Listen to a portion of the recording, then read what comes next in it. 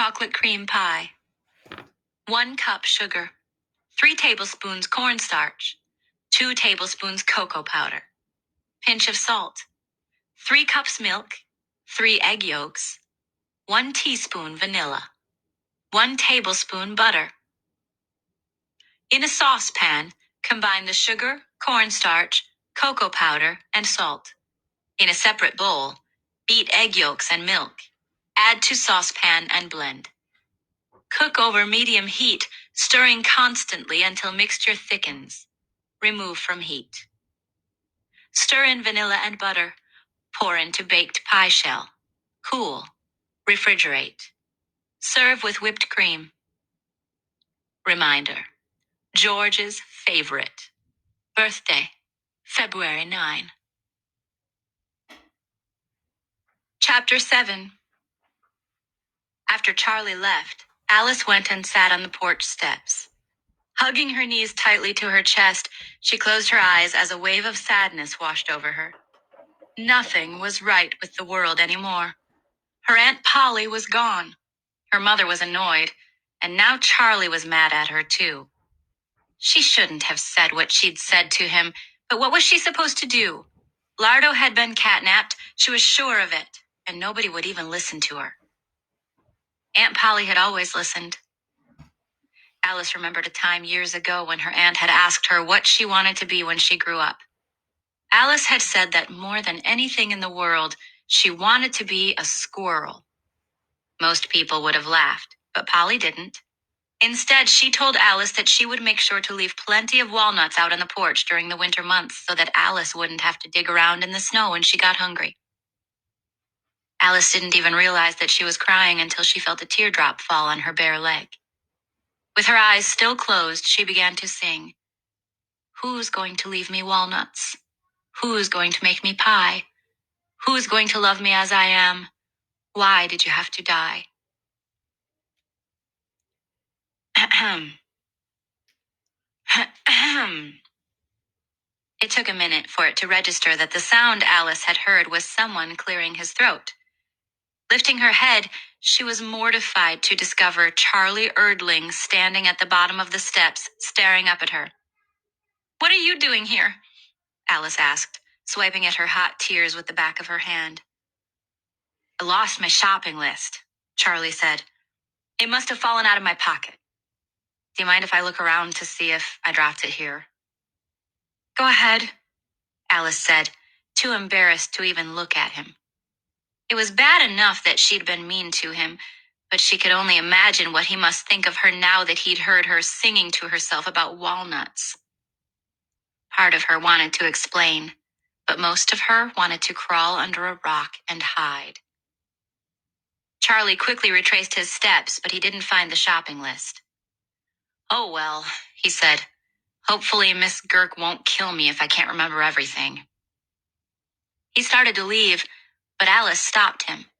She could almost feel her Aunt Polly's hand on the small of her back, pushing her to step forward and say what needed to be said.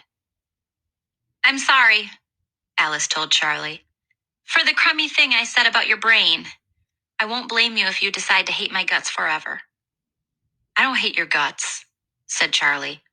I know I'm no genius, but I can't help the way I am. There's nothing wrong with the way you are, Alice said. Aunt Polly was the smartest person I've ever known, and she always used to say, that Charlie Erdling has a good head on his shoulders. Yeah? Alice could tell that Charlie was pleased. And I was only teasing about Nora, she added. Who would want to have a stuck-up person like that for a girlfriend anyway, right? Right, said Charlie. I mean, good gravy. Just 'cause she looks like Penny from Sky King doesn't mean I want to marry her or anything, you know? Alice felt a little twinge of something she couldn't quite identify. You really think Nora Needleman looks like Penny? She asked. Yeah, said Charlie. But so would you if your hair was a little longer. Alice could have kissed him right then and there for saying that, except that the idea of kissing Charlie Erdling, or any other boy for that matter, made her want to throw up. Good luck with Miss Girk, she said.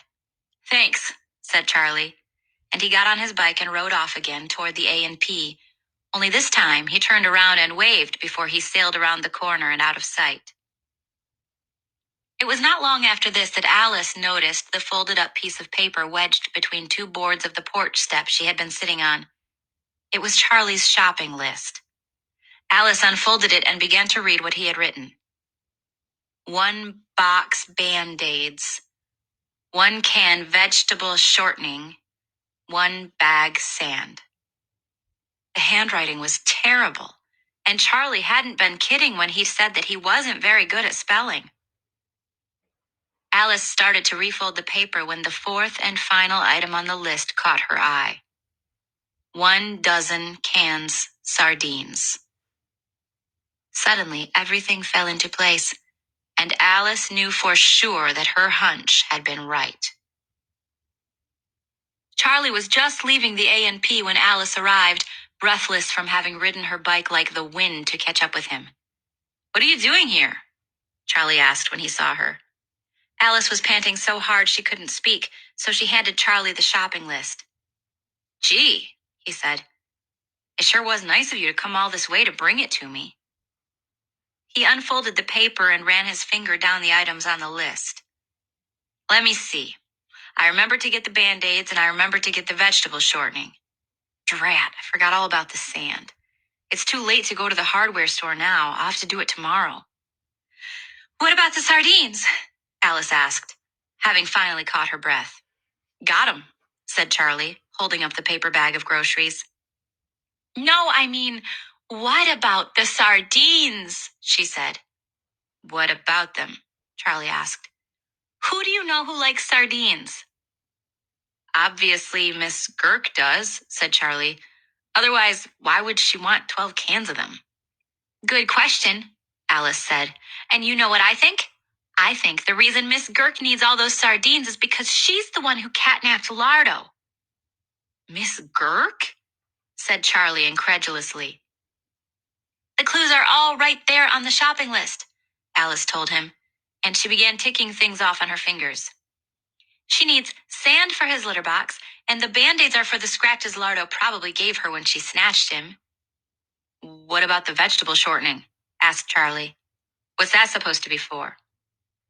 "That's the most important clue of all," Alice told him. "The reason she needs vegetable shortening is because she's making a pie." Charlie scratched his head. "Why would Miss Girk have to steal your auntie's cat if she wanted to make a pie? Everybody and their uncle has been making pies around here lately, and none of them had to steal a cat to do it." "It's not the cat she needs. It's the pie crust recipe. That's what she was looking for when she broke into the pie shop, but she didn't find it. So the next day, when the Ipsy News ran the story about Aunt Polly leaving the recipe to Lardo, she decided to catnap him." "Wait a minute. Back up," said Charlie. "You think Miss Girk was the one who broke into the pie shop?" "I don't think so. I know so," said Alice. "I saw her steal the key." "When?" "At the funeral. She reached into Aunt Polly's casket and then she jerked her hand back out real quick. I didn't realize it at the time, but she must have taken the key." "Don't get mad," said Charlie. "But your mom said she saw the key." "That's because she did see the key. It was there when she looked at Aunt Polly, but by the time I looked at her, Miss Girk had already stolen it." "Good gravy," said Charlie. "Are you sure?" "Come on," Alice said. "I'll prove it." Even though Charlie was not completely convinced, he allowed Alice to talk him into letting her follow him to Miss Girk's house. On the way, her bicycle chain slipped off and the pedals began to spin around without catching hold. Charlie heard the clattering and circled back around to help. Watching him work with the greasy chain, Alice understood why his fingernails looked the way they did. "What if Miss Girk catches us snooping around?" Charlie asked nervously. "She might get really steamed." "Don't worry," said Alice. "She's not going to catch us." When they got to Miss Girk's house, they found her car parked in the driveway.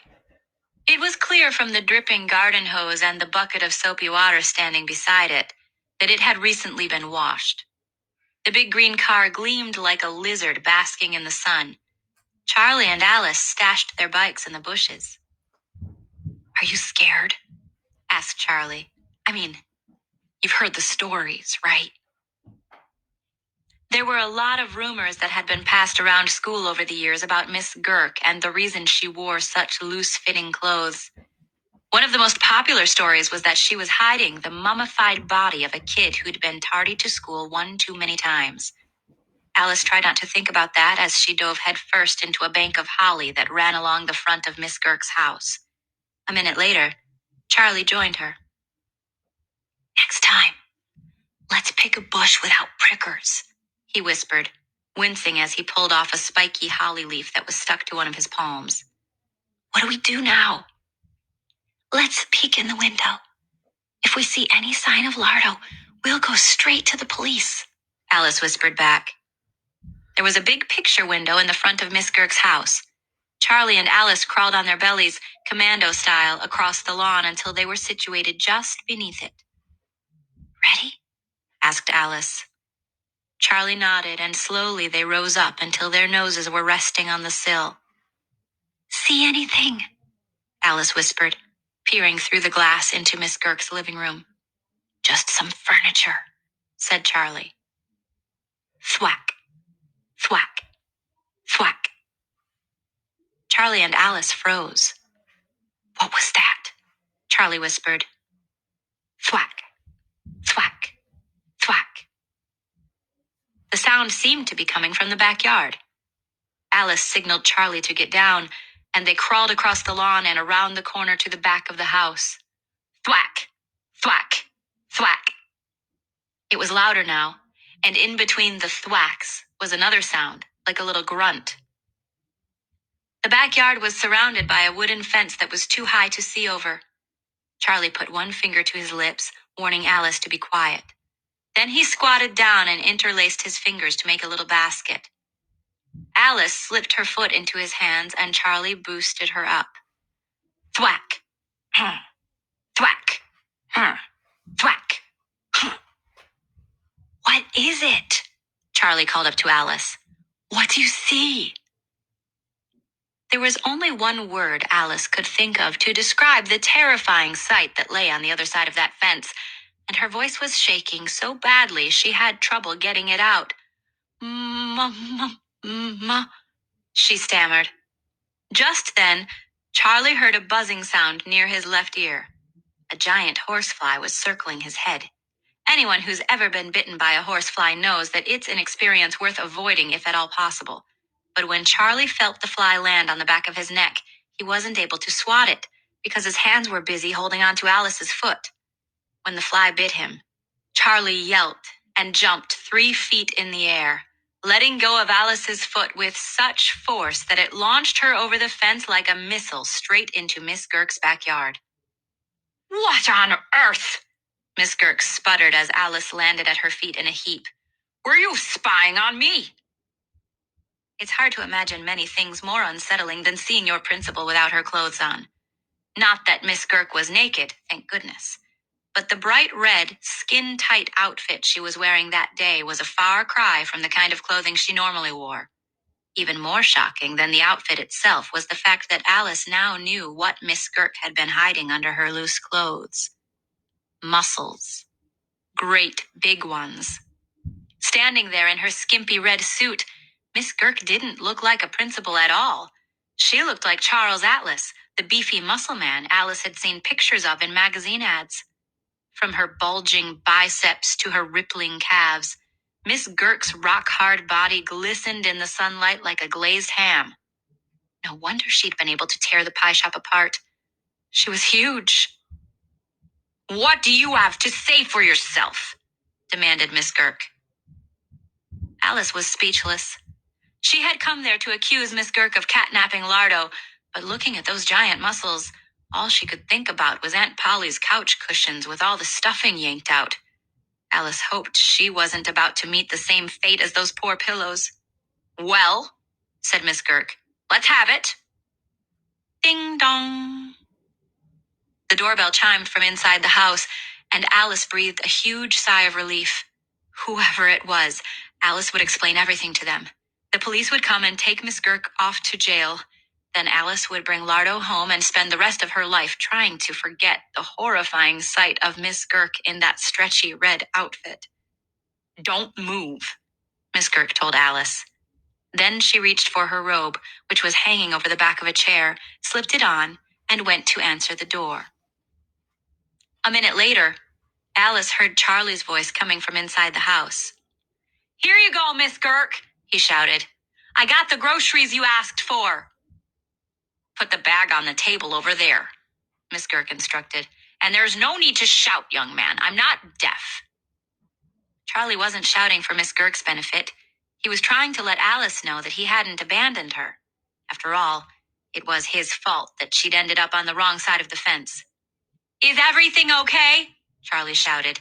"Don't be shy. Speak right up." Alice wanted to run inside or call out to Charlie to get the police, but she was afraid it would make Miss Girk even madder. "I don't know what's gotten into you today, Charles," said Miss Girk. "You're certainly behaving strangely." "May I just say, that is a very lovely robe you're wearing today, Miss Girk," Charlie shouted. "The color really brings out the blue in your eyes. And the material is so, well, nubby, I think would be a good word to describe it, don't you?" Alice couldn't imagine why Charlie was babbling on about Miss Girk's bathrobe until it dawned on her that he might be trying to distract Miss Girk to give Alice time to escape. Sky King himself would have been proud of that plan. Looking around for something to stand on, Alice spied a folding aluminum lawn chair and quickly dragged it over to the fence. But when she climbed up on it, her feet immediately slipped through the plastic webbing and the chair toppled over, taking Alice along with it and making a terrible clatter in the process. "Did I mention that I forgot to bring the sand?" Charlie asked, shouting even louder now in an attempt to try to cover up the racket Alice was making. "What on earth is the matter with you?" Miss Girk cried. Charlie was running out of ideas, so he decided it was time to come clean. "I didn't mean to do it, Miss Girk," he said. "A horsefly bit my neck, and the next thing I knew, Alice was flying over your fence." "Oh," said Miss Girk. "So you and your little girlfriend were in cahoots." "I don't know what cahoots means, and Alice is not my girlfriend, but I'm the one who threw her over the fence, so if you're going to turn one of us into a mummy, it ought to be me." Alice, who was still hopelessly tangled up in the chair, was beginning to panic. Nobody knew where she was, and clearly the police weren't on the way.